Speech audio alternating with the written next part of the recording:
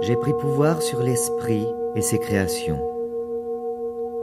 Pour révéler de multiples sortilèges, je ne dépends nullement des dieux de ce monde.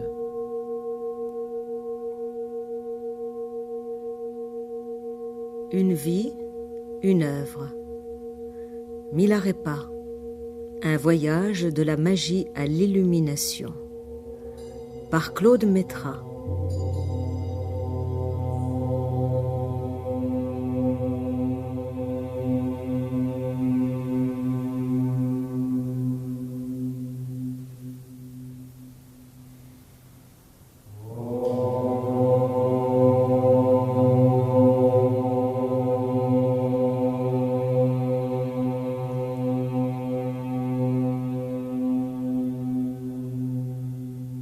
Vers 1050 de notre ère, nous sommes à un moment où l'Occident féodal cherche très confusément à sortir des siècles de ténèbres qui ont suivi la chute de l'Empire carolingien.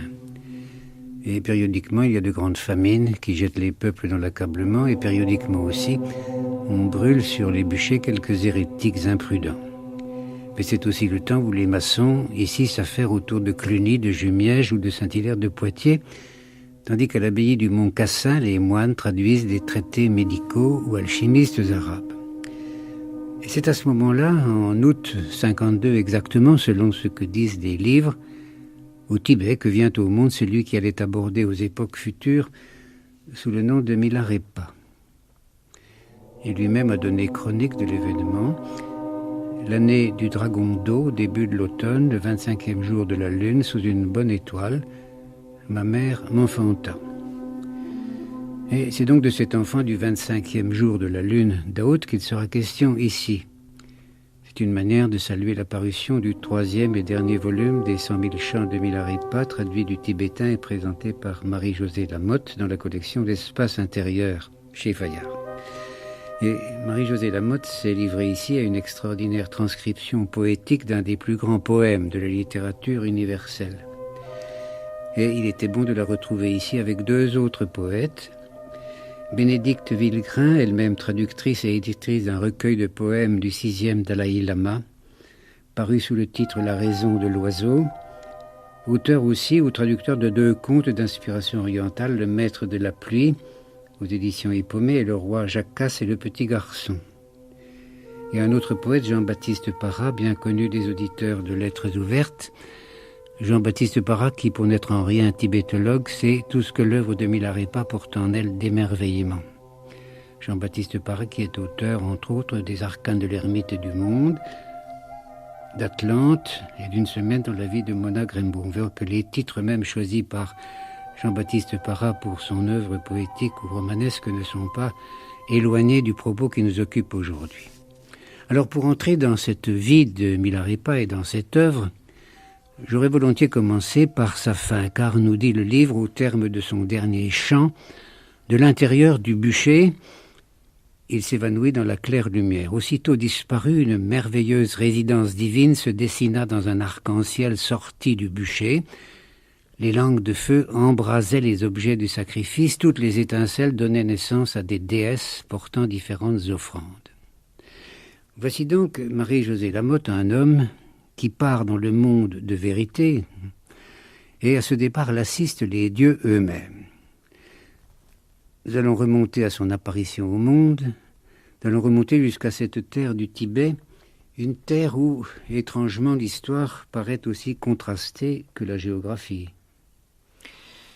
Oui, pour parler du Tibet, il faut d'abord dire que c'est un pays démesuré. C'est un pays qui fait 7 fois la France, au niveau de la superficie.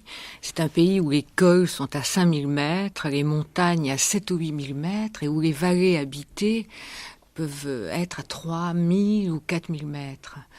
Bon, c'est un pays qui borde l'Inde au nord par la chaîne de l'Himalaya, la chaîne montagneuse, qui est une chaîne boisée. À l'ouest, il est bordé par le Cachemire et les montagnes du Karakorum. Et à l'est, bien sûr, la Grande Chine. C'est un pays qui est encerclé et qui a toujours été protégé du monde par ses montagnes. À l'époque où naît Milarepa, le Tibet sort d'une période sombre qui peut être comparée à notre Moyen-Âge. Le bouddhisme était venu depuis l'Inde au 7e siècle et avait été repoussé par les tenants de la religion pré-bouddhique, la religion Bön, et des guerres entre différents chefs et rois. Le Tibet sortait de 1 siècle et demi, 2 siècles très très noirs. Et autour de ce XIe siècle, aux environs de ce XIe siècle, une deuxième diffusion du bouddhisme va permettre à cette philosophie de s'implanter définitivement au Tibet. Et elle s'est implantée autour et à partir de personnages clés, dont Milarepa et son maître Marpa. Et ils font donc partie de ce mouvement de renaissance du bouddhisme au Tibet.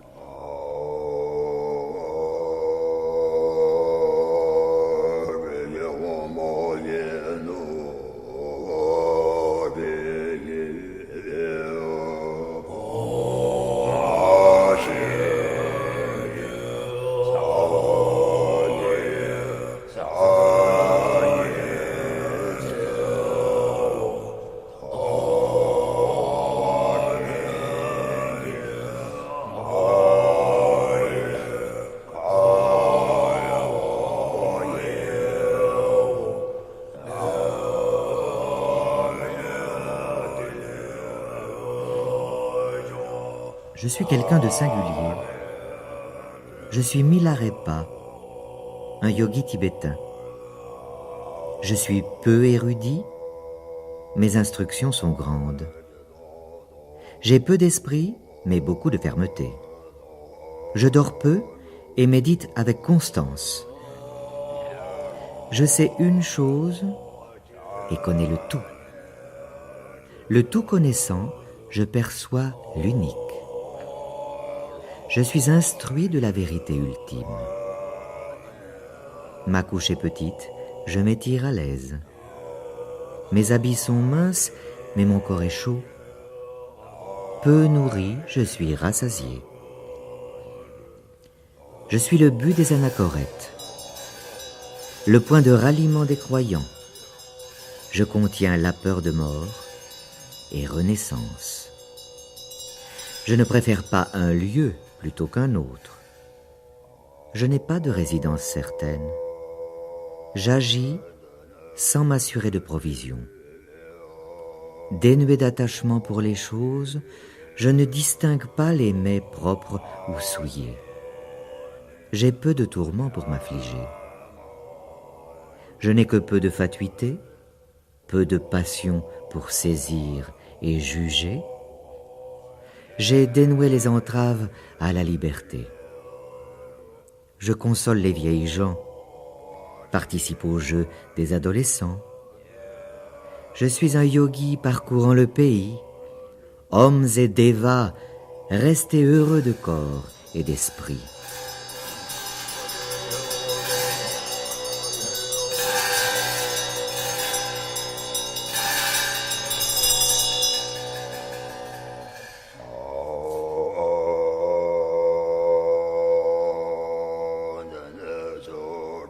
Alors Milarepa apparaît dans une famille relativement protégée. C'est une famille finalement assez traditionnelle. Le père est marchand, il a des caravanes, il est tout le temps sur les routes. Et la mère est au village et elle gère le champ et la maison. Il se retrouve très jeune orphelin parce que son père, qui était rentré très très vite pour apprendre la naissance de son fils, tombe malade et meurt alors que Milarepa a 7 ans. Alors apparaît ici, et on va retrouver sous d'autres formes des visages féminins extraordinairement diversifiés, le visage de la première femme qui a compté dans la vie de Milarepa, qui est la figure de sa mère. Et le père a disparu, par conséquent son héritage va être l'objet de convoitises de l'oncle et de la tante. Pratiquement sa famille, la mère et puis ses enfants vont être dépossédés. Et la mère dit à son fils il faut que tu t'enquières maintenant de moyens magiques pour nous retirer de cette épreuve, pour arriver à nous restituer nos biens.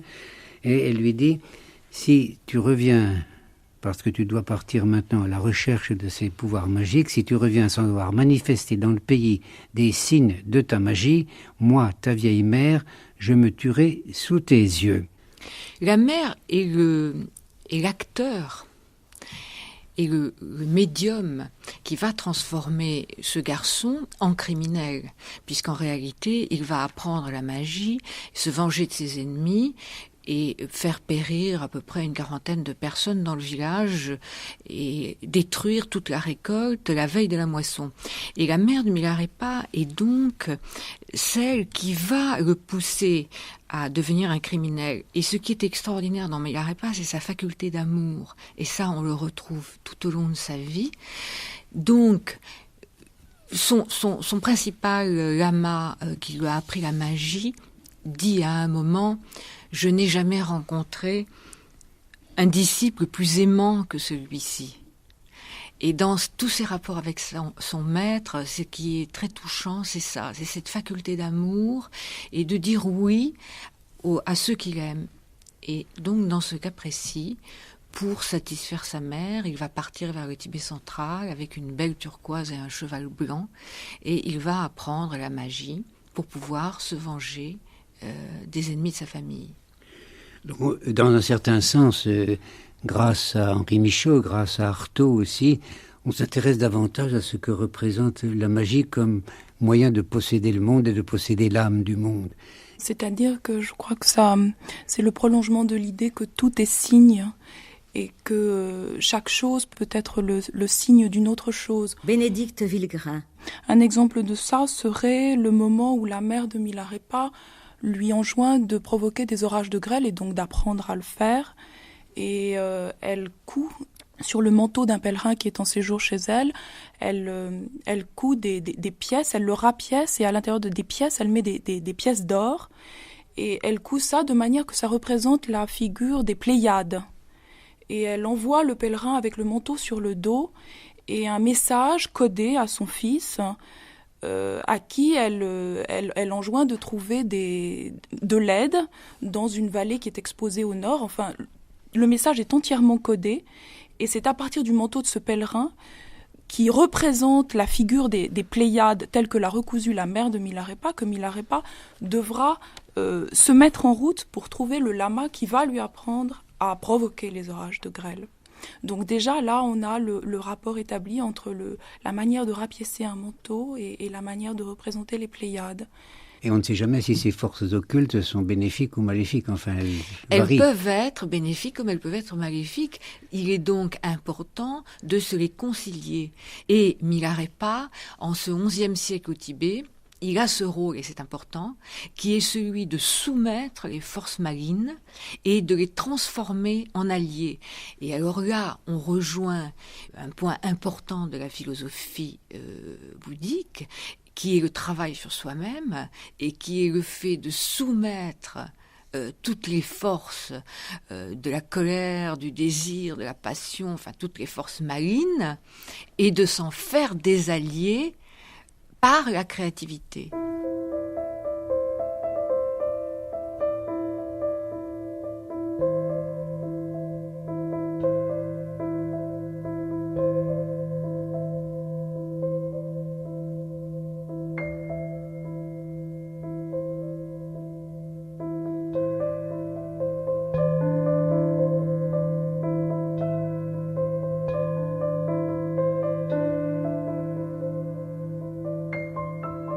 Une fois venue la fin de l'année du tigre, au début de l'année du lièvre, au 6e jour de la lune du renard, ayant renoncé aux phénomènes de ce monde, aspirant à la solitude, je suis parti vers cet enclos désert de l'Achigangs. Le ciel et la terre se sont consultés. Ils ont envoyé, sifflant et coupant, le messager du vent. Et l'eau des rivières amplifia ses remous. Ils ont assemblé les nuages pourpres du sud, et le soleil et la lune furent faits captifs. subissant leurs lois, les 8 planètes furent mises au fer, les 28 constellations fixées comme des perles.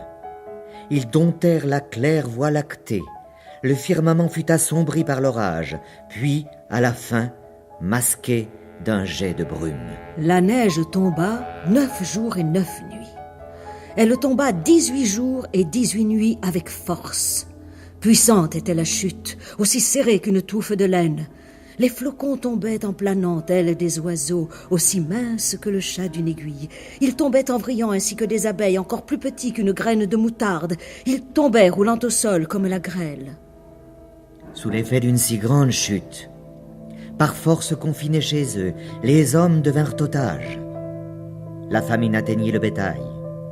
Et surtout les bêtes sauvages épuisées, les oiseaux privés de vivre, les souris et les rongeurs isolés dans leurs terriers, même les fauves eurent la bouche vide, comme muselés. En ce nouvel an, au milieu d'un tel ouragan, une querelle se joua au faîte des montagnes entre le Yogi Mila vêtu de coton, le blizzard des arêtes rocheuses et la tourmente qui déferlait. Victorieuse, la neige tombait mais se transformait en eau. Terrible, le vent hurlait mais se pacifiait sur place, car le vêtement de coton irradiait comme du feu. J'ai enlacé là vie et mort, et donné un exemple d'endurance. J'ai combattu en unissant le tranchant et la pointe de l'arme. Dans la lutte engagée sur ce versant abrupt, j'ai vaincu. J'ai donné un modèle de bravoure à tous les bouddhistes, et jeté un défi à tous les anachorètes. J'ai prouvé la supériorité du seul coton pour développer la chaleur intérieure.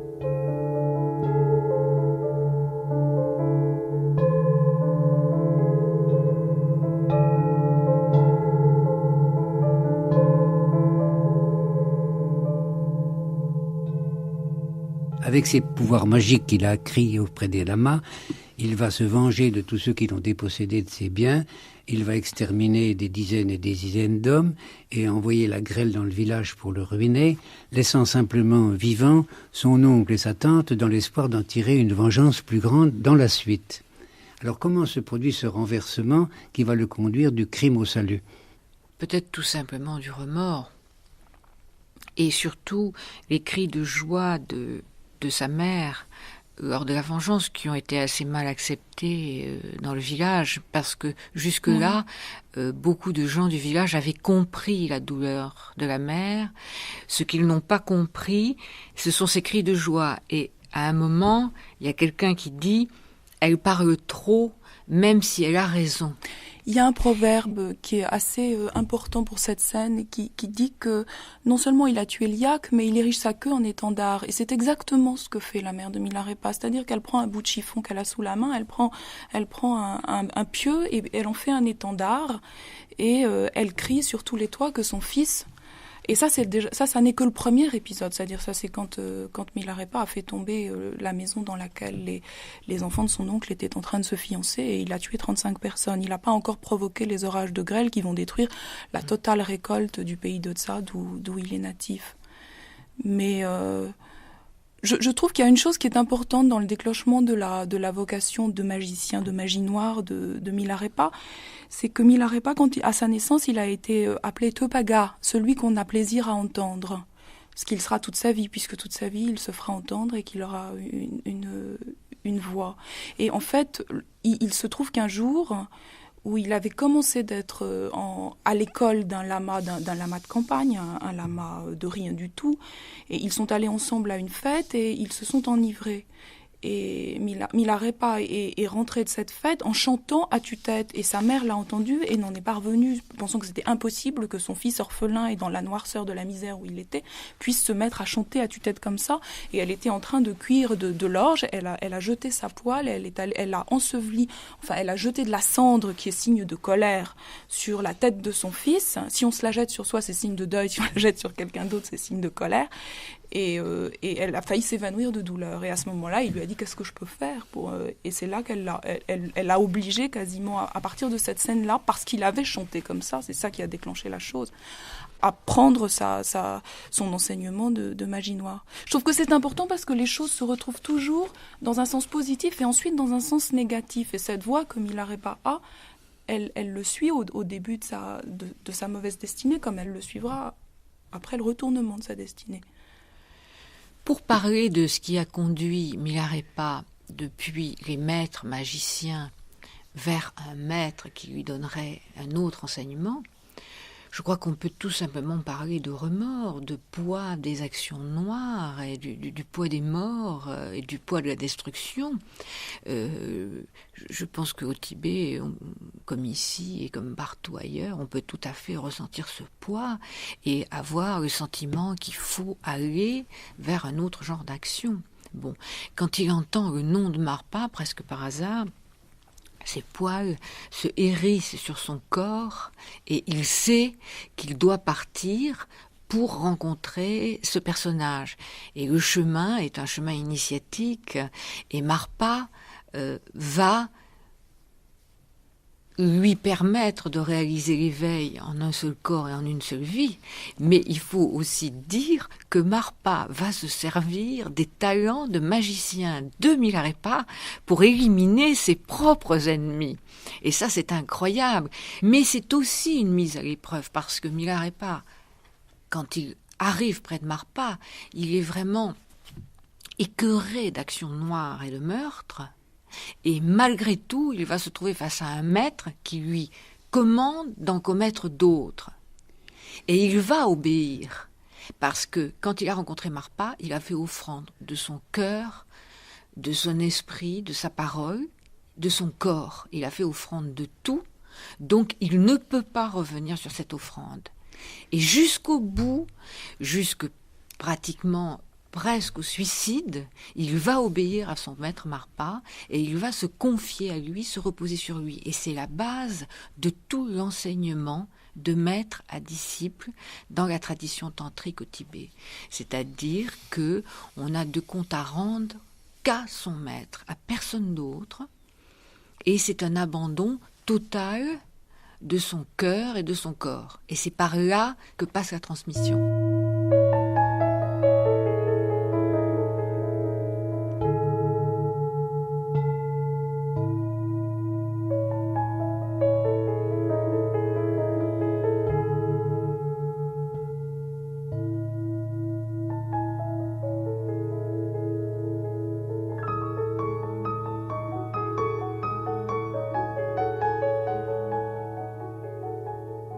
Connaissant son propre visage, le yogi qui tend à l'indicible vérité reste toujours heureux.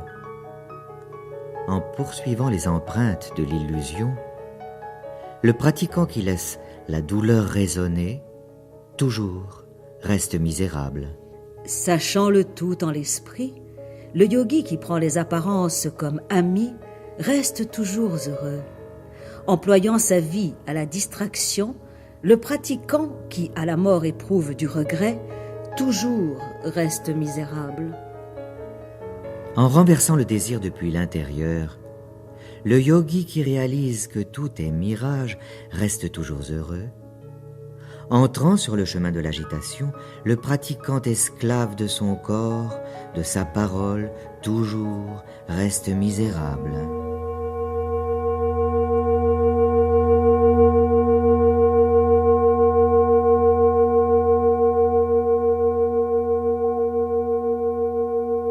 Ayant tout rejeté derrière lui, le yogi qui pratique sans cesse la noble doctrine reste toujours heureux. J'ai le sentiment que dans cette rencontre d'un disciple et d'un maître, il y a un élément qui est très important, c'est la force du visage. Milarepa a dit de sa rencontre avec Marpa, les apparences changèrent dès l'instant où je vis son visage. Et cette situation se reproduit exactement ainsi des années plus tard, lorsque l'un des fils spirituels de Milarepa, Gampopa, rencontre et voit pour la première fois Milarepa. C'est-à-dire qu'avant même que toute parole ait été échangée, c'est comme s'il y avait dans les traits du visage une lumière particulière qui était comme un appel là auquel on ne pouvait pas se soustraire, et qui est comme si le visage de l'autre, donc du maître, faisait qu'il y avait comme un signe de reconnaissance entre celui qui doit devenir le disciple et le maître, et que déjà une métamorphose s'amorçait dans la reconnaissance de ce visage. En même temps, très fondamentalement, Milarepa est un inspiré. Il fait songer justement à ces sociétés chamaniques anciennes où les aïeux, les ancêtres se penchaient sur les nouveau-nés pour déceler les qualités particulières qui les rendraient comme ça ouverts aux vérités venues de l'autre monde. D'ailleurs, Jean-Baptiste Parra, c'est une chose qui vous est familière parce que j'ai retrouvé la traduction des poèmes de Giuseppe Conte que vous avez publié dans le recueil L'Océan et l'Enfant. Et il y a des poèmes magnifiques dans lesquels précisément cette jonction de l'âme de l'enfant et de l'âme de l'océan se manifeste avec beaucoup de vitalité. Alors, on se demande dans quelle mesure précisément cette nature inspirée de Milarepa va deviner au fond la présence lointaine de ce Marpa qui l'attend quelque part, et est-il sensible au simple nom de Marpa ou à une image qu'il s'en fait, ou est-ce que c'est le songe qui le porte vers Marpa? Moi, je trouve qu'il y a une chose très étonnante par rapport à ce que vous dites maintenant et que vous disiez tout à l'heure dans les instruments que porte Milarepa avec soi pour demander l'initiation au maître, et en particulier à Marpa, et comment ces instruments sont le signe qu'il y a quelque chose dans le destin de Milarepa qui fait référence à quelque chose de très lointain et à ses aïeuls. C'est par exemple qu'il arrive devant Marpa avec un vase de cuivre, je crois, qu'il avait obtenu en échangeant. Alors, paraît-il qu'il avait 420 mesures d'orge qu'il avait obtenues en mendiant, et il échange un certain nombre de ces mesures d'orge, et c'est le seul moment où Marpa paraît ému. Quand il reçoit Milarepa, il prend ce vase de cuivre, il le regarde, il a 4 ans, il est complètement intact, et Marpa lui met du beurre fondu dedans. Et Marpa dira à Milarepa beaucoup plus tard, après l'avoir fait passer par toutes les épreuves et fait souffrir, il lui dira que le vide de ce vase était prémonitoire du dénuement dans lequel Milarepa allait chercher la voie, et que le beurre fondu que Marpa avait mis dedans était prémonitoire de la grâce que l'enseignement de Marpa allait procurer à la pauvreté de Milarepa.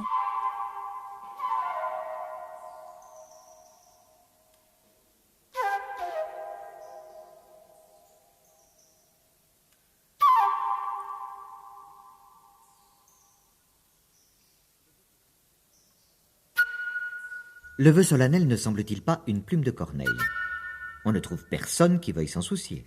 Le noble Dharma n'est-il pas un lépreux de bord de route? Il n'y a vraiment personne qui veuille le toucher. La discipline représente-t-elle un effort inutile? Les respectables moines ne se surveillent guère.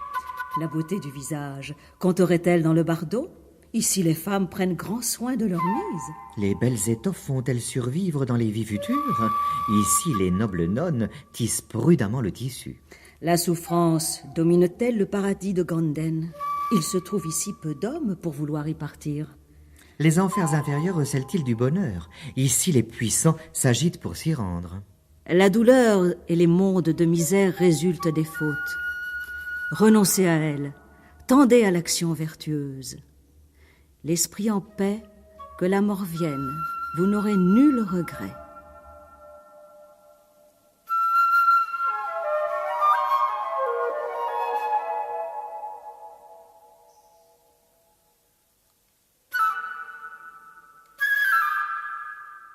Quand Milarepa arrive, il sait qu'il doit libérer ce disciple qui se présente de ses actes passés.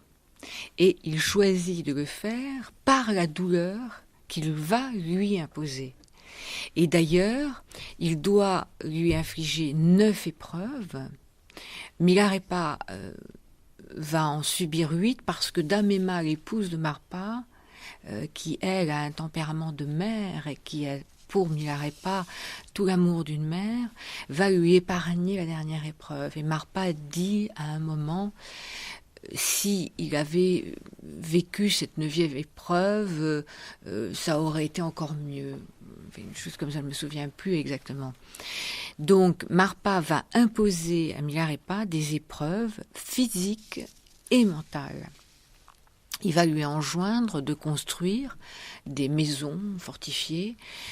Et chaque fois que Milarepa aura construit 1, 2 ou 3 étages, Marpa lui demandera de les détruire parce que soit la place finalement n'allait pas, soit une pierre défigurait tel mur. Donc Milarepa va se retrouver physiquement blessé, il aura des plaies sur le dos à force de transporter des pierres dans des hottes qu'il mettait sur son dos, et puis aussi totalement désespéré parce que Marpa ne lui donnera jamais l'enseignement et va même l'humilier parce qu'à chaque fois que Marpa dispense l'enseignement à d'autres disciples, Marpa le chassera violemment. Donc il va briser tout ego et toute possibilité de résistance chez son disciple. Je me suis interrogé sur le sens de cette activité architecturale et maçonnique au sein du Tibet. Il y a quelque chose de géographique là-dedans, je crois, parce que vous avez dû remarquer, chaque maison a une forme. Alors il doit construire en direction de l'ouest, il doit construire une maison en croissant de lune, et en direction de l'est, une maison en forme de cercle. Et il se trouve que dans la cosmogonie tibétaine, le mont Sumeru, qui fait le centre de l'univers, a sur sa couche extérieure des continents, et le continent de l'Est est habité par des gens qui ont des têtes en croissant de lune. Et donc, pour bien faire, il aurait fallu essayer de construire une maison à l'Est en forme de croissant de lune pour être en accord avec le continent de l'Est. Et Marpa a fait faire à Milarepa exactement l'inverse. Ça, c'est un aspect de la question. En même temps, il lui a fait construire aussi des maisons sur des endroits sur lesquels il avait été prescrit par la société qu'il ne fallait pas construire de maisons, puisque c'était des endroits qui devaient être protégés pour éviter des agressions mutuelles entre les divers clans. Donc il y a les deux aspects, toujours l'aspect cosmogonique et puis l'aspect purement social. En tout cas, tout est contraire dans le projet architectural que Marpa fait faire à Milarepa.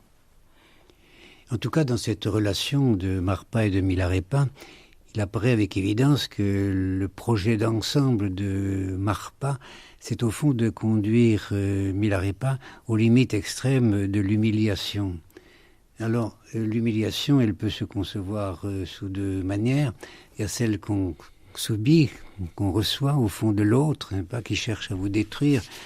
Et puis, il y a l'humiliation qu'on construit soi-même. Et c'est pourquoi, Jean-Baptiste Parra, vous avez au fond rapproché Milarepa de Saint François d'Assise, dans la mesure où là aussi il s'agit d'une histoire d'humiliation, mais ce n'est pas la même. Je crois qu'il y a en fait plusieurs points communs qui sont assez troublants. Je dirais pas tant sur le fond, sur la pensée, sur ce qu'on pourrait dégager, je dirais, d'une sorte de message qui s'adresserait davantage à l'intellect, mais plutôt du côté de la vie. Et peut-être est-ce d'ailleurs un point commun à nombre de saints, de grands illuminés. Il y a cette rupture donc entre le début de la vie de Milarepa qui est placé sous des auspices assez tragiques, assez sombres, et puis tout son chemin, sa route vers l'éveil. Et pour François d'Assise, c'est une rupture avec un milieu familial évidemment riche, aisé, et qui va vers le dénuement, quasiment à la même époque, un siècle de distance. On voit ces deux grandes figures qui trouvent leur lumière intérieure et leur puissance d'illumination sur les autres dans ce chemin d'un dénuement. Une autre chose évidemment qui peut les rapprocher, je crois que c'est il y a une espèce de fondamentale simplicité chez ces deux personnages. Je veux dire par là que Milarepa me semble un homme extrêmement proche de l'expérience et de la ce qu'on pourrait appeler la praxis, une pratique constante. Et il y avait également ça, bien évidemment, chez François d'Assise. Il y avait chez ces deux hommes aussi, je les rapprocherais, finalement dans la gravité profonde qui est celle de leur mission, de leur destinée, et il y a une grande légèreté, je trouve. C'est ce qui me séduit beaucoup chez Milarepa en particulier. Une grande légèreté, mais qui est une légèreté qui, bien évidemment, ne manque pas de profondeur. Et c'est ce qui exerce, évidemment, un très très grand pouvoir d'attraction. Enfin, il y aurait encore quantité, peut-être, de points qu'on pourrait mettre en parallèle. Il y en a en tout cas un que je voudrais encore relever ici. C'est sur la postérité, ensuite, de l'œuvre accomplie, bien évidemment.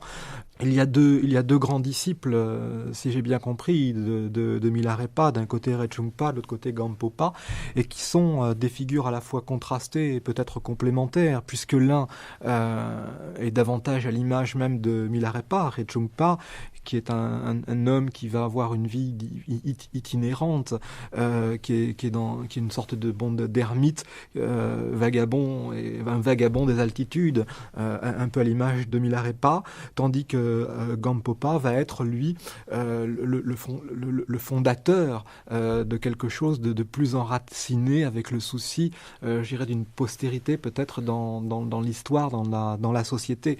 Or, sans que François d'Assise ait voulu quoi que ce soit de cet ordre, le fait est que à sa mort, il y a eu deux façons d'interpréter son message.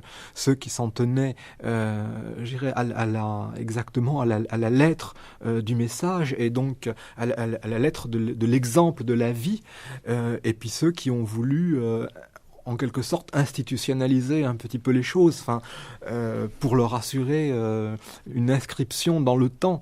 Mais à partir du moment où on veut inscrire cela dans le temps, est-ce qu'on ne commence pas à trahir un peu le message? Enfin bref, je crois qu'il ne faudrait surtout pas tirer Milarepa vers une sorte d'exotisme par rapport à ce que nous pourrions connaître.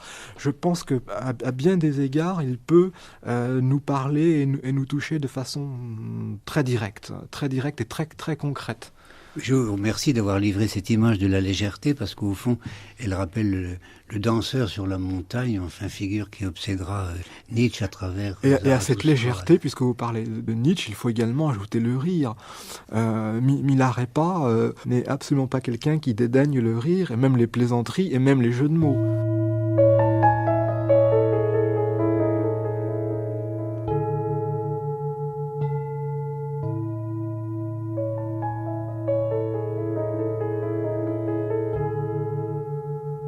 Le bouddhiste qui manque de bienveillance convaincra difficilement un ignorant. L'enseignant qui n'est pas issu d'une tradition verra difficilement s'épanouir sa destinée. L'anachorète dénué de persévérance créera difficilement les signes de la réalisation. Le moine qui méconnaît les règles de la discipline accomplira difficilement les services du culte. L'ascète sans respect pour le vœu tantrique connaîtra difficilement la grâce de pouvoirs occultes. Les patrons liés par trop d'avarice bénéficieront difficilement d'une aimable réputation. Le yogi qui se paie de mots obtiendra difficilement les circonstances favorables. Les villageois qui n'ont pas réfléchi à la loi du karma comprendront difficilement la vacuité même. Le religieux en désaccord avec la doctrine trouvera difficilement un nouveau foyer. Sans aucun doute, vous êtes confiants, chers enfants, mais la liberté s'obtient difficilement.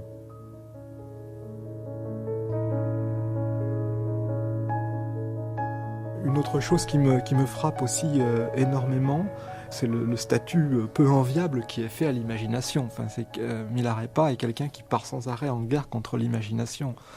Je trouve ça... Oui, c'est une guerre ambiguë. Ambiguë, mais ce que je trouve extrêmement intéressant, c'est que ça déblaye le terrain pour une qualité à mes yeux éminente, qui est celle de l'attention.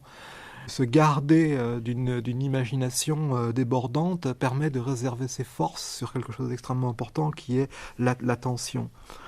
Une autre chose aussi, je trouve, d'extrêmement fort et intéressant dans sa pensée, dans sa manière d'être, c'est l'infinie souplesse, en fait. Et c'est la réversibilité, la compatibilité des contraires. Par exemple, il dit à un moment, je restais en marge et pourtant je pénétrais au centre. Et je trouve il a une pensée éminemment paradoxale. Et je trouve ça extrêmement stimulant.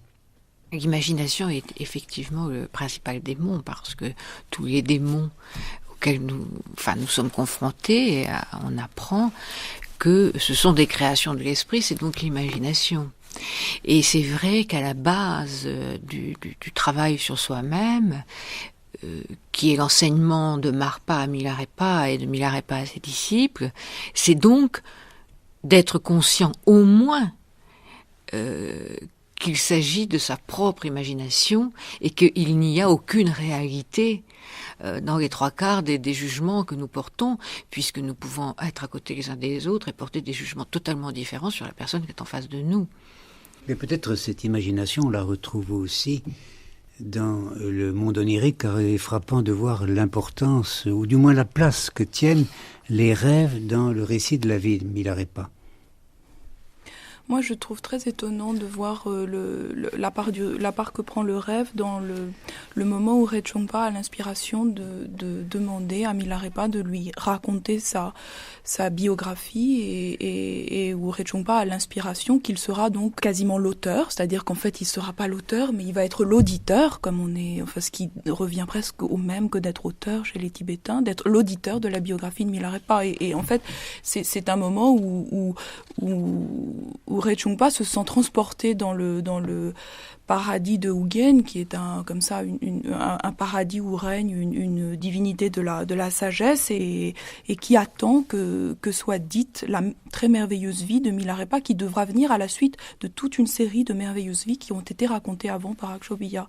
Et ce rêve se concilie avec des irruptions de réalité dans la pensée de Rechungpa, à savoir, il se demande tout d'un coup où est Milarepa, s'il est dans le monde des vivants ou bien s'il est déjà dans le paradis qu'on appelle Woming, le paradis duquel on ne retombe plus, et il sait plus très bien où est Milarepa. Et moi, ça m'a vraiment fait penser à un épisode en particulier de l'inspiration de Nerval, quand il est en train de s'apercevoir qu'il a perdu cette femme qu'il appelle Aurélia, et dans lequel il a la sensation que le rêve n'est qu'un prolongement de la réalité, moins les relations que la réalité nous présente et qui sont des obstructions de la vérité, de véritables relations entre les choses.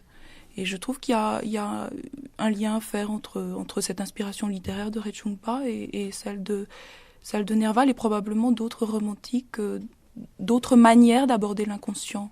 Je pense que chez Nerval, justement, il y a l'espérance que la nuit porte en elle le secret de sa propre connaissance, enfin la révélation qui est destinée à lui, spécialement. Oui, de lui comme destinataire, oui.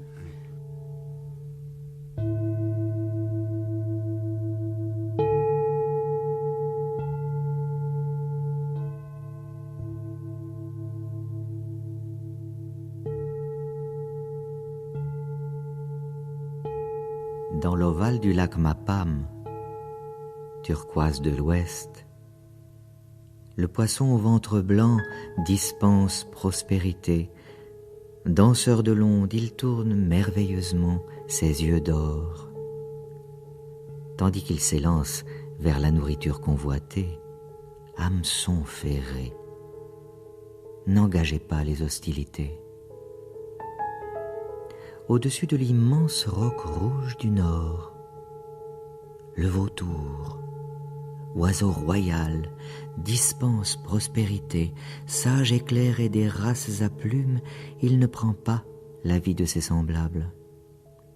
Tandis qu'il cherche sa pitance au faîte des trois monts, filet de cordes, n'engagez pas les hostilités. À Lingba, sur le rocher où nichent les vautours, Milarepa dispense prospérité. Méditant pour le bien des autres et de lui-même, il a offert cette existence en gage de vérité. Ayant formé son esprit au sublime éveil, avec un corps, avec une vie, il réalise fermement l'état de Bouddha. Toi, la démone, n'engage pas les hostilités.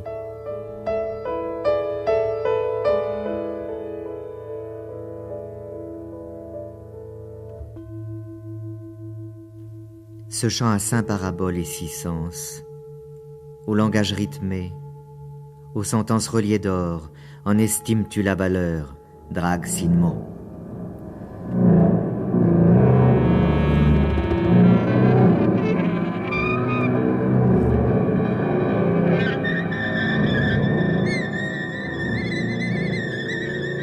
Au cœur de la voûte bleue, là-haut, lune et soleil dispensent prospérité. Depuis les merveilleux palaces, résidences des dieux, on dit qu'ils dissipent l'obscurité des mondes. Tandis qu'ils encerclent les 4 continents sans toujours maîtriser leur éclat, pourquoi la planète Raoult engagerait-elle les hostilités si elle n'était éblouie par un excès de lumière? À Lingba, sur le rocher où nichent les vautours, Milarepa dispense prospérité, méditant pour le bien des autres et de lui-même, ayant formé son esprit au sublime éveil, avec un corps, avec une vie. Il réalise fermement l'état de Bouddha. On dit qu'il guide les êtres des 6 mondes. Tandis qu'il méditait, concentré sur un seul point, le jeu grossier des inclinations communes et les illusions de sa propre pensée s'agitèrent. Si l'imagination ne s'était pas en ennemi dressé, moi, Drag Sinmo, pourquoi aurais-je engagé les hostilités? De l'esprit naît ce principe démoniaque des raisonnements ordinaires. Si vous ne connaissez pas la réalité de l'esprit, avancez à votre façon. Je ne vous suivrai pas. Si vous ne réalisez pas la vacuité de l'esprit, sans fin viendront d'autres dangereux démons. Si chacun connaissait son propre esprit, les circonstances hostiles paraîtraient amicales. Alors moi aussi, sorcière du rocher, je deviendrai votre servante. Vous devez approfondir votre entendement, Mila. Contrôlez votre propre pensée. Et ne vous dupez pas sur le sens réel de l'illusion.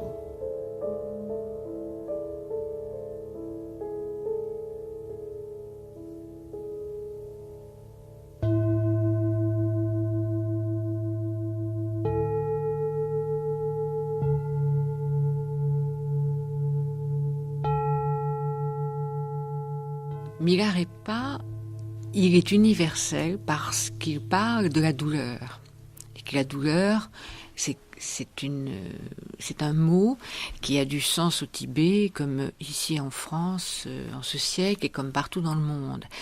Et là, il faut repartir très en arrière, et 5 siècles avant Jésus-Christ, et avec le Bouddha, tout simplement, et ce qu'il a dit de la douleur, et ce qu'il a dit des chemins pour sortir de la douleur, et puis ce qu'il a dit de l'éveil. Donc Milarepa, il incarne au Tibet tout à fait la pensée et le discours du Bouddha historique, 5 siècles avant Jésus-Christ, et à travers sa parole et son enseignement, c'est le bouddhisme qui va pénétrer les esprits au Tibet. Donc, ce qu'il dit, c'est le monde est douleur, nous vivons la douleur, comment sortir de là et comment arriver à un état où la douleur ne disparaît pas, mais où elle devient toute relative, c'est-à-dire qu'elle est acceptée au même titre que le bonheur. Parce qu'en réalité, il n'y a pas à mettre d'échelle de valeur entre la douleur ou le bonheur. Ce sont 2 choses qui se présentent et qu'il faut savoir accepter. Et l'éveil, peut-être il est là. Il est de ne pas choisir entre ce que j'aime, ce que je n'aime pas, ce qui est douloureux ou ce qui est bienfaisant. Il y a une scène assez curieuse comme ça, quand il est en train de soumettre Narobunchung, l'espèce de divinité ou monstre Bunpo qui habitait la montagne Kailash, la montagne qui est la représentation donc, du centre du monde et qui est la montagne la plus importante du Tibet. Et il rivalise de phénomènes magiques et Milarepa fait appel au Dakini. Il y a des apparitions qui se font dans le ciel pour prouver la puissance et la supériorité de Milarepa, et il est dit dans le texte, c'est assez joli, que malgré sa sérénité, je crois que c'est le mot, malgré sa sérénité, Milarepa ne pouvait pas s'empêcher d'être ravi. Comme s'il y avait vraiment une opposition entre le fait d'être content et le fait d'être paisible. Oui, et parfois il saute de joie. Mais je vais raconter aussi une autre anecdote. Un jour où on parlait, où le texte abordait la claire-lumière qui se présente au moment de la mort, que ce soit la mort physique ou tout simplement de la mort d'une expérience, au moment d'un passage dans la vie. Donc il y a toujours cette idée, on retrouve dans le Bardo, le livre des morts tibétains, de la claire-lumière qu'il s'agit de savoir saisir à ce moment-là pour se libérer. Et je dis au maître tibétain avec lequel je travaille, comme une boutade, je lui dis, c'est facile finalement, on sait qu'il y a la claire-lumière, qu'à ce moment-là, la claire-lumière, il y a juste qu'à sauter dessus. Et il m'a répondu, oui, si vous avez effectivement 2 bols devant vous, un bol de fraises bien sucrées et puis un bol d'excréments, vous êtes capable de manger le bol d'excréments avec le même plaisir que vous aurez à manger des fraises à la crème. Et c'est là, effectivement, ce qui fait peut-être la différence entre un éveillé, un Bouddha et nous, c'est que nous, on distingue entre les fraises et les excréments, et que lui ne distingue pas, et qu'il est capable de les accepter tous les deux. Alors, il y a un mot qui revient très souvent dans la chronique de Milarepa, et qui est au fond le centre même de son expérience métaphysique, qui est le mot de méditation. Alors évidemment, c'est un mot qui pose quelques problèmes, puisque nous l'utilisons aussi beaucoup dans l'expérience intérieure qui est propre à l'Occident. Je dois dire que, personnellement, j'ai beaucoup interrogé de gens pour savoir l'étymologie même du mot méditation. Et il n'y a pas d'étymologie satisfaisante. Je m'en suis bâti une, je vous la donne pour ce qu'elle vaut, c'est-à-dire rien du tout. Mais enfin, dire que méditation, c'est au fond se tenir au milieu, c'est-à-dire qu'on est entre ciel et terre. Je ne sais pas si exactement la situation dans laquelle Milarepa se trouve, mais quel est le sens de cette méditation dans son expérience à lui? Dans son expérience à lui, c'est une pratique, c'est-à-dire c'est un travail sur soi. Parce qu'une fois qu'il a quitté Marpa, il s'en va tout seul dans la montagne. Une fois qu'il a quitté Marpa, il fait un retour qui est un des points très très importants de sa vie. Il fait un retour dans son village. Il découvre sa maison en ruine, les livres pollués par les rats et les oiseaux, et les ossements de sa mère dans la maison. Et il va rester 7 jours en méditation, la tête posée sur les ossements de sa mère. Et il prend la décision de partir méditer dans la montagne et de ne plus quitter les déserts, la solitude. Et la méditation, c'est effectivement un état dans lequel on se laisse pénétrer par tout ce qui passe, mais sans s'y accrocher. Et il ne s'agit pas de tenir l'esprit dans un carcan, de vouloir systématiquement réfléchir sur un point et puis en chasser un autre. Il s'agit simplement de laisser, comme vous le disiez Claude, l'esprit un petit peu au milieu, de voir passer les pensées exactement comme on voit passer les nuages dans le ciel, et simplement de les révéler. Mais il y a aussi d'autres pratiques qui sont des pratiques plus coercitives, qui sont des pratiques de récitation, qui sont des pratiques... Lui, il va vivre seul et il va mettre en œuvre plusieurs formes de méditation. Il y a aussi des pratiques, d'ailleurs à certains moments dans le texte, il dit... énumère toutes ces pratiques au cours d'une nuit, de telle heure à telle heure, je pratiquais la méditation du gourou, de telle heure à telle heure, je récitais ça, je m'assoupis 1 heure au petit matin. On évoque aussi souvent la chaleur intérieure, enfin quelque chose qui serait comme une force venue de la profondeur de l'être et qui permettrait d'affronter au fond les pires rigueurs de la vie au dehors. Puisque Milarepa, c'est Mila vêtu de coton. Oui. Que par conséquent, il est dans le coton au milieu de la neige.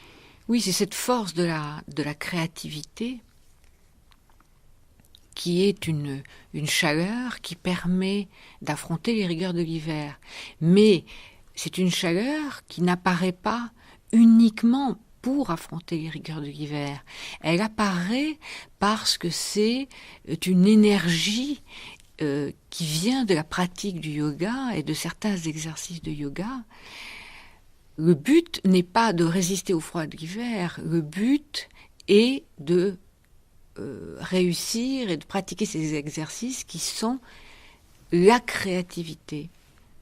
Il y a une citation du mot création, en tout cas, tout à fait à la fin, quand à un moment donné où ces êtres divins apparaissent dans le ciel, peu après que Milarepa se soit dissous, disons, et où les gens de Nyanang et les gens de Jin essayent de se diviser entre eux ou de multiplier plutôt les reliques pour s'en emparer.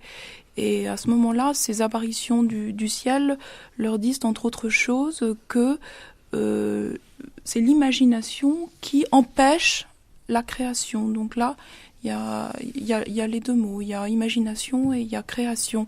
Et donc création est donnée là comme quelque chose que doivent absolument rechercher les disciples de Milarepa, qui sont en train de se fourvoyer en voulant accomplir des dévotions sur les reliques.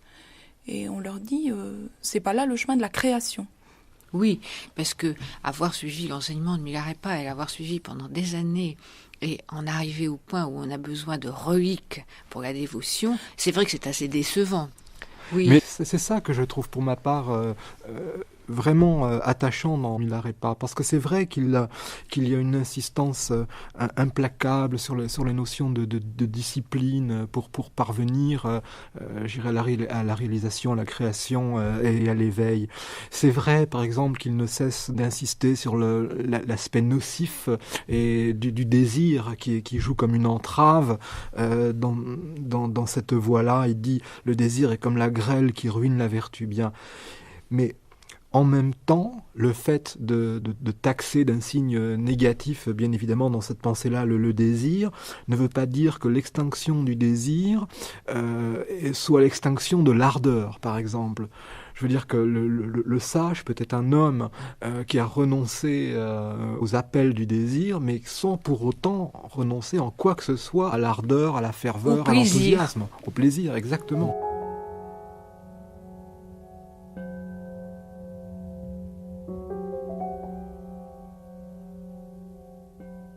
Parce que je me suis longtemps livré aux austérités, que les obstacles et les erreurs s'effacent devant ceux qui dans l'avenir seront capables de méditer. Mes séjours et les lieux de mes nuits, tous les objets qu'ils contiennent, qu'ils donnent du bonheur au pays. La terre et l'eau et le feu et le vent, où qu'ils se propagent en l'espace, puissé-je tout embrasser ainsi. Chose dont on a peu parlé et pour Bénédicte Villegrain. Marie-Josée aura probablement pas mal d'idées, c'est toute la partie assonante aussi de la langue, c'est-à-dire que c'est quand même très musical. Moi j'ai beaucoup pensé en lisant l'importance qu'ont les orages de grêle dans cette première partie de la vie de Milarepa, au fait qu'il y a très souvent des proverbes ou des poèmes autour de l'orage de grêle et par exemple l'avarice. Parce que l'orage de grêle se dit serwa et l'avarice se dit serna et les deux riment. Et donc on peut très bien... je sais qu'il y a par exemple un proverbe qui dit que les orages de grêle sont calmés par les temps paisibles et que les résolutions d'avarice peuvent être découragées par un bon repas. Bon, des choses comme ça, Bon, évidemment que dans le cas de Milarepa, on ne peut pas s'y arrêter, mais en même temps c'est une poésie très populaire et qui est faite pour l'écoute, donc qui en use aussi de ces choses-là. Et ce qu'il faut dire, c'est que ce livre est une mine d'informations sur l'univers tibétain et même l'univers géographique. Et par exemple, quand Bénédicte parle des orages de grêle... Marie-Josée Lamotte. On peut dire la même chose sur les arcs-en-ciel. Il y a des arcs-en-ciel sans cesse, et qui n'a pas été au Tibet et dans ces lieux géographiques ne peut pas imaginer. Il y a des arcs-en-ciel tout le temps. Je me souviens, un jour en montant à Darjeeling, sur la route, il avait plu, il y avait 5-6 arcs-en-ciel absolument magnifiques qui se croisaient les uns les autres. Au Tibet, ou au Ladakh, enfin dans l'Himalaya indien, c'est très très fréquent de voir des arcs-en-ciel. Ce livre donne des informations, par exemple, dans les manifestations de démons, il y a des tremblements de terre. On sait qu'il y a eu des tremblements de terre terribles au Tibet, et que géologiquement ça s'explique tout à fait, puisque l'Inde, le sous-continent indien, rentre comme ça sous l'Himalaya, et enfin, il y a eu ce surgissement de l'Himalaya, et il continue à y avoir toujours des tremblements de terre dans ces régions. Il y en a eu un l'année dernière en Inde, et les tremblements de terre et toutes les descriptions de ce qu'est un tremblement de terre sont sans cesse retrouvées dans les manifestations des démons. Tout s'incarne complètement. Alors on apprend des choses sur la vie quotidienne dans les villages, sur la façon dont par exemple deux époux peuvent cohabiter dans une maison, la façon dont ils s'adressent la parole, la façon dont un fils, une fille s'intègre, vit dans sa famille, sur la faune, sur la flore.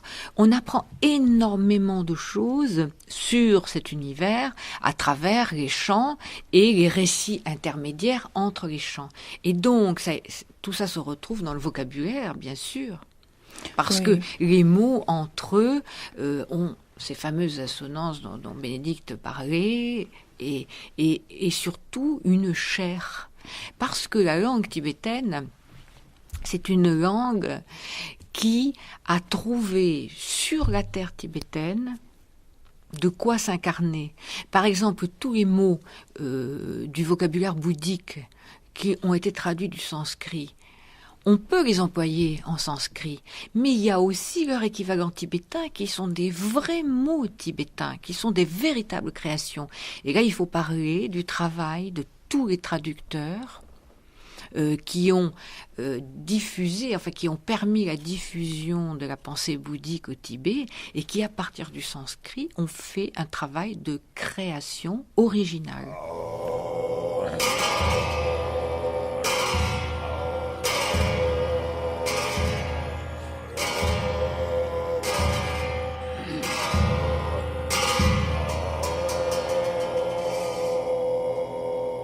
Rechung Dorje Drakpa, toi qui maîtrises l'étude et la réflexion bouddhique, comprends bien ce que je te dis. Avant que naisse la foi et le besoin du dharma, n'extorque pas d'aumône pour le seul plaisir, sans la réalisation de la réalité première. Ne te vante pas de ta ligne philosophique, sans l'entraînement de la connaissance intérieure. Ne te livre pas en spectacle dans la méditation. Qui ne sait garder vivantes les instructions, qu'il ne cherche pas de secret dans les textes, qui ne sait enseigner la doctrine profonde, qu'il ne séduise pas les esprits simples, qui ne sait accroître ses propres mérites, qu'il ne se querelle pas pour les biens d'autrui. Sans un renversement intime de l'attachement, ne présente pas au culte de piteux aliments. Sans avoir purifié les empreintes de leurs projections, ne fais pas de prophétie en forme de devinette. Avant d'avoir rendu manifeste l'insurpassable, ne recherche pas la dévotion de bienfaiteur. Qui est incapable de la plénitude des vertus, qu'il ne s'éloigne pas de son lama. Reste ici, Rechung. Ne pars pas, fils.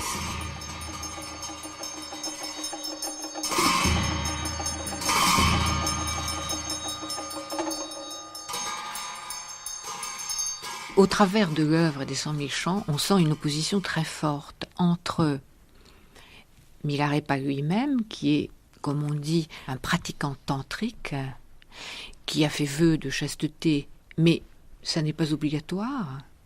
Il y a beaucoup de pratiquants tantriques au Tibet qui ont vécu avec une famille dans les villages et dans les maisons. Et c'était aussi une façon de ne pas être assumé par la communauté, puisque matériellement, ça leur permettait de s'assumer. Et d'autre part, cette opposition, d'autre part, avec les moines. Et c'est vrai que certains ecclésiastiques prennent Milarépa à partie constamment parce qu'ils lui reprochent finalement d'être non conventionnel, il lui reproche de ne pouvoir s'intégrer dans un schéma qui est le schéma du monastère avec toutes ses pesanteurs. D'ailleurs, Milarépa dit sans cesse qu'il faut vivre sans toit et sans livre. C'est encore un point commun avec François d'Assise, ce vœu, de pauvreté, et d'autre part l'opposition de François d'Assise avec les autorités ecclésiastiques de son temps. Enfin, il a quand même eu un peu maille à partir avec elle. Et j'avais oublié de le signaler tout à l'heure, mais c'était encore un point commun. C'est un de leurs points communs. Et Milarépa s'en prend souvent à ces ecclésiastiques qui considèrent que leur mission est un petit peu celle de fonctionnaires de la spiritualité. Donc ça, c'est toujours valable. Depuis des siècles et des siècles, ça existe et ça existera. Et donc sa mort est provoquée par un de ces personnages, qui est un personnage riche et influent, et qui est finalement jaloux de la dévotion que portent les villageois à Milarépa, et qui va se servir d'une femme avec laquelle il cohabite, et il va donc promettre à cette femme une très belle turquoise pour qu'elle porte du yaourt empoisonné à Milarépa. Milarépa a cette prescience divine qui lui permet donc de savoir ce qui va se passer. Il révèle à cette femme qu'il sait, mais il va malgré tout, puisqu'il considère qu'il a accompli son œuvre et que sa présence finalement n'apporterait plus rien au point où il en est et au point où en sont ses disciples, il va donc accepter de prendre le yaourt. Et là, il y a tout un passage encore où la magie se réapparaît parce que ce fameux Geshe Tsapupa qui lui a fait envoyer le poison va lui dire « Mais oui, vous êtes malade, mais si vous aviez tous les pouvoirs magiques que vous auriez, vous seriez capable de vous débarrasser de cette maladie. » Et Milarépa lui répond « Oui, j'en suis capable, mais je n'ai pas envie de le faire parce que ça serait une magie gratuite qui n'aurait aucun sens. » Et finalement, pour convaincre ce fameux ecclésiastique qu'il est capable, il va transporter sa maladie et le poison sur une porte qui va voler en éclats. Et donc il y a toute une joute encore jusqu'à la fin. En réalité, son temps est venu et il accepte de mourir, que ce soit par le poison, par autre chose, il doit mourir. Et là, il y a aussi toute une bagarre entre des disciples de différents villages qui veulent tous pouvoir organiser la crémation dans leur village.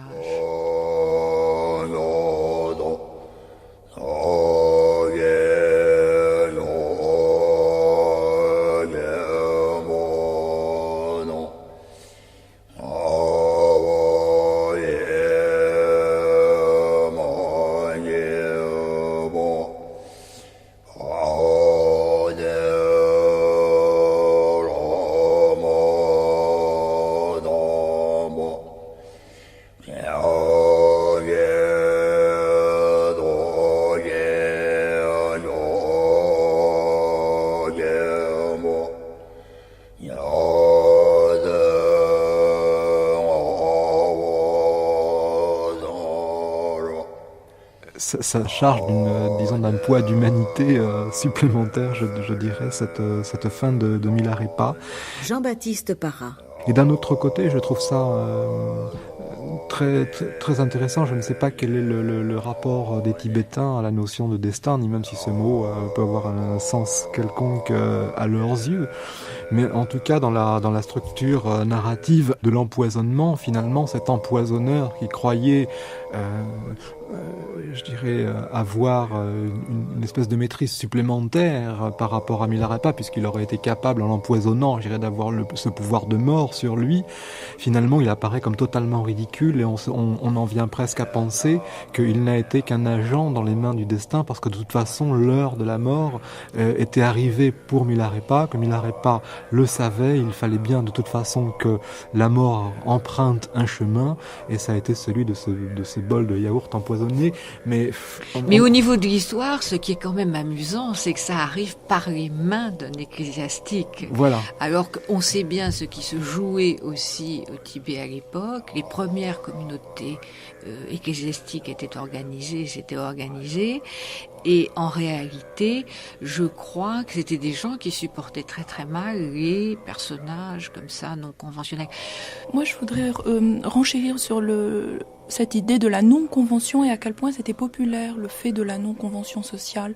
Il y avait au XIe siècle, aussi en même temps que Milarepa faisait son œuvre, s'est répandu ce cycle qu'on appelle les contes du cadavre, sur lequel j'ai pas mal travaillé, et il date, enfin, on prétend qu'il date de cette époque-là. Et il y a un conte à l'intérieur des contes du cadavre qui montre une jeune femme apprenant à ramener du pays des morts des instruments qui vont lui permettre de ressusciter un roi qui l'a aimé, elle.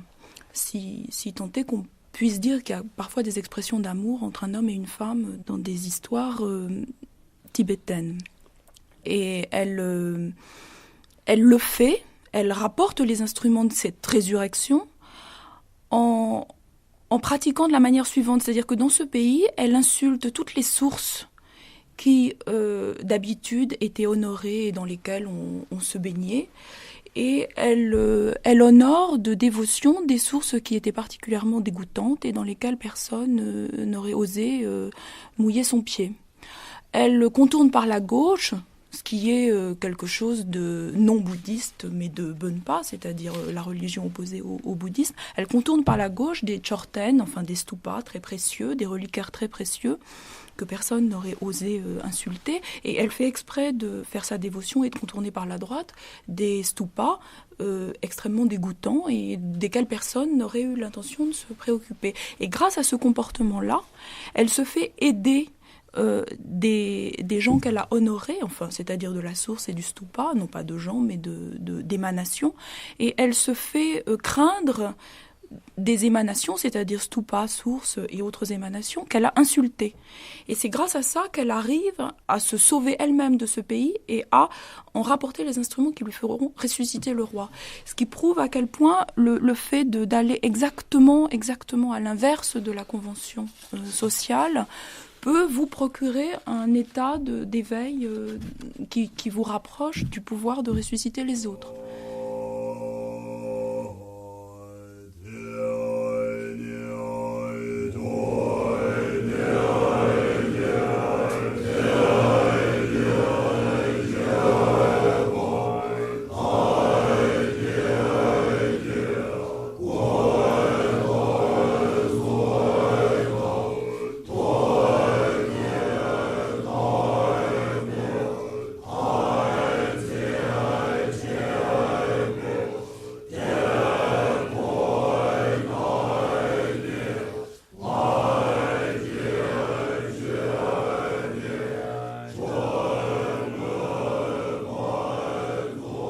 Disciples ici réunis, écoutez. Vous vous êtes montrés reconnaissants envers moi. Grandement, je vous en remercie. Maître et disciples éprouvent pareille gratitude. Puissions-nous nous retrouver dans un monde de joie. Que les bienfaiteurs ici présents profitent des mérites d'une longue vie. Ils accordent leurs intentions à la doctrine et n'engendrent pas de pensées contraires. Que ceux qui vivent en ascète obtiennent d'innombrables mérites.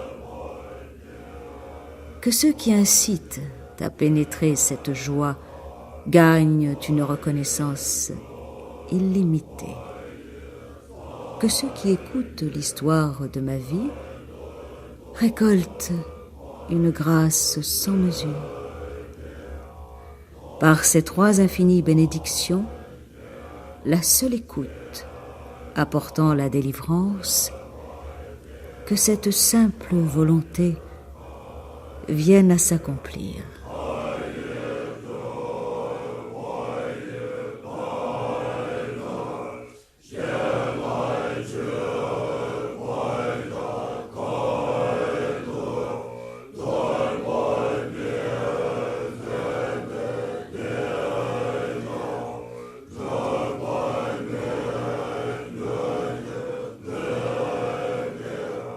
Il faut dire une chose, c'est que le Tibet devait être une société très oppressante. Et c'est peut-être pour ça qu'il y avait autant d'ermites et autant de gens qui sont partis méditer dans les montagnes désertes. Oui. De la même façon qu'on peut dire la même chose sur le Bouddha, quand on voit encore ce que c'est que la plaine du Gange, que le bruit, que l'agitation, de ce que peut être le monde indien. Et là, il y a quelqu'un qui a parlé de retrait, de silence, de méditation. Et ça devait être très très important dans le milieu dans lequel il vivait. Et je pense que la société tibétaine était une société très hiérarchisée et qui peut-être n'acceptait pas aussi facilement des gens hors normes, hors convention. Peut-être qu'elle a créé tout ce mouvement d'érémitisme et de retrait du monde. C'est-à-dire que des gens comme Milarepa exprimaient sans doute une lumière qui, pour beaucoup, était proprement insupportable. Est-ce que c'est cette lumière qui a séduit un homme comme Brancusi ? Brancusi, c'est un artiste exigeant, très très exigeant, et qui s'est très vite posé le problème de l'expression personnelle par une œuvre, mais aussi du renoncement à l'ego. Et il a eu un parcours très douloureux, très très douloureux de son enfance. Et quand il a vécu à Paris, il ne faut pas oublier qu'il faisait la plonge dans les restaurants de luxe la nuit pour pouvoir survivre et donc créer. Et il a découvert Milarepa assez tard, à 49 ans. C'était en 1925 quand Bacot a fait la première traduction de la vie de Milarepa. Et pour lui, ça a été un choc terrible. Il s'est totalement identifié, il a totalement identifié sa vie à la vie de Milarepa. Et à partir de là, il n'a plus cessé de poser le problème de son œuvre autrement qu'en termes de réalisation spirituelle, jusqu'à sa dernière création dans son village en Roumanie, à Targuju, où il a créé ces 3 monuments, dont le premier s'appelle la table du silence, et qui pour lui est le symbole du recueillement du départ vers la pratique spirituelle. Le deuxième monument, il l'a appelé la porte du baiser, et pour lui, ce monument prend le sens d'un monde autre, d'un accès existentiel à une autre réalité. Et le troisième monument, qui est la colonne sans fin, est pour lui comme une échelle vers le cosmos. Et il était un montagnard des Carpates, comme Milarepa. Il avait fait un chemin à pied depuis la Roumanie jusqu'à Paris pour pouvoir venir créer et vivre. Et il s'est identifié à Milarepa au point d'avoir la vie de Milarepa sur sa table de chevet pendant les 30 dernières années de sa vie.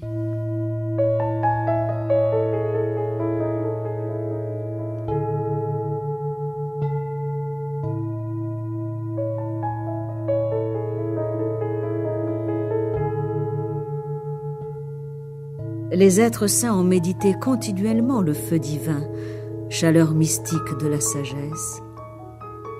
Que ferait-il du feu terrestre ? Le corps physique et ses caractéristiques, ils l'ont jadis médité, comme le corps des dieux. Pour quel corps s'est-on réuni aujourd'hui ? Le corps d'un être qui a réalisé la vérité telle qu'elle est n'a pas besoin d'être apprêté. Laissez-le ainsi. Le reliquaire des hommes et des dieux n'a pas besoin de propriétaire. Faites vos dévotions. Pas besoin de paroles dans l'engagement solennel. Protégez la pratique spirituelle. Le corps est un joyau de prix. Placez-le en méditation, sans arrogance.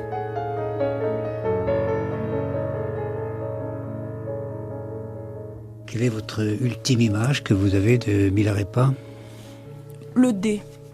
Le dé, moi j'ai été très très étonnée que Damema, la femme de Marpa, quand elle incite Milarepa à revenir auprès de Marpa en lui disant qu'elle est sûre que Marpa cette fois acceptera de lui donner les enseignements. Elle lui fait transmettre ce message chez le maître où il a essayé de se retirer en désespoir de cause, chez Ngokpa, et elle lui fait transmettre dans un dé. Et Milarepa est extrêmement fâché de ce dé parce qu'un de ses ancêtres avait perdu tout son bien en jouant son bien au dé, et que donc sa lignée était désobligée par l'existence du jeu et l'existence du dé. Et de colère, Milarepa jette ce dé contre un mur et le dé se casse et il trouve le message de Dame Emma qui est le message où il entend qu'enfin Marpa, probablement, va bien vouloir l'initier. Donc c'est le début pour lui d'une nouvelle vie et ça se passe dans ce geste de colère où il casse le dé qui est vraiment comme s'il cassait le destin qui depuis 3 générations avait alourdi complètement son karma. C'est le début de sa délivrance. Dire que le message est caché et il faut briser la carapace qui le dissimule. Oui, et briser l'aléatoire, le goût du jeu.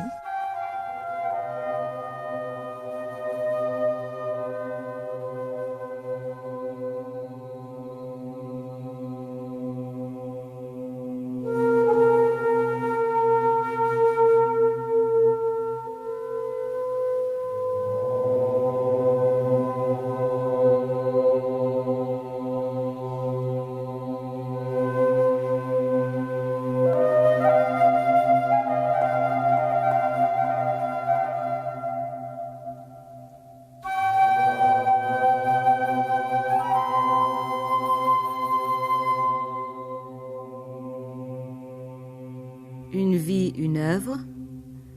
Milarepa, un voyage de la magie à l'illumination. Par Claude Métra. Avec Marie-Josée Lamotte, Bénédicte Villegrain et Jean-Baptiste Parra. Texte Milarepa, les 100 000 chants. Traduit du tibétain par Marie-Josée Lamotte, aux éditions Fayard. Lu par Tamila Mesbah-Détraz et Claude Aufort. Réalisation Maurice Biard, Mireille Gauthier, Jean-Pierre Juncker, Jean-Claude Loiseau.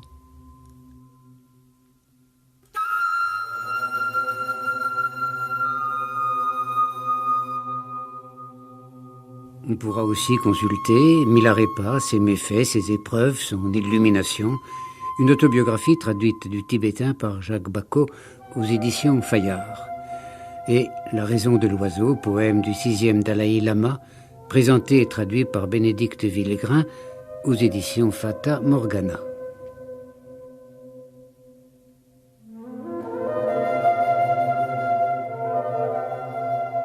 La célébrité de Milarepa est grande. Ce n'est pourtant qu'un vieillard dormant nu.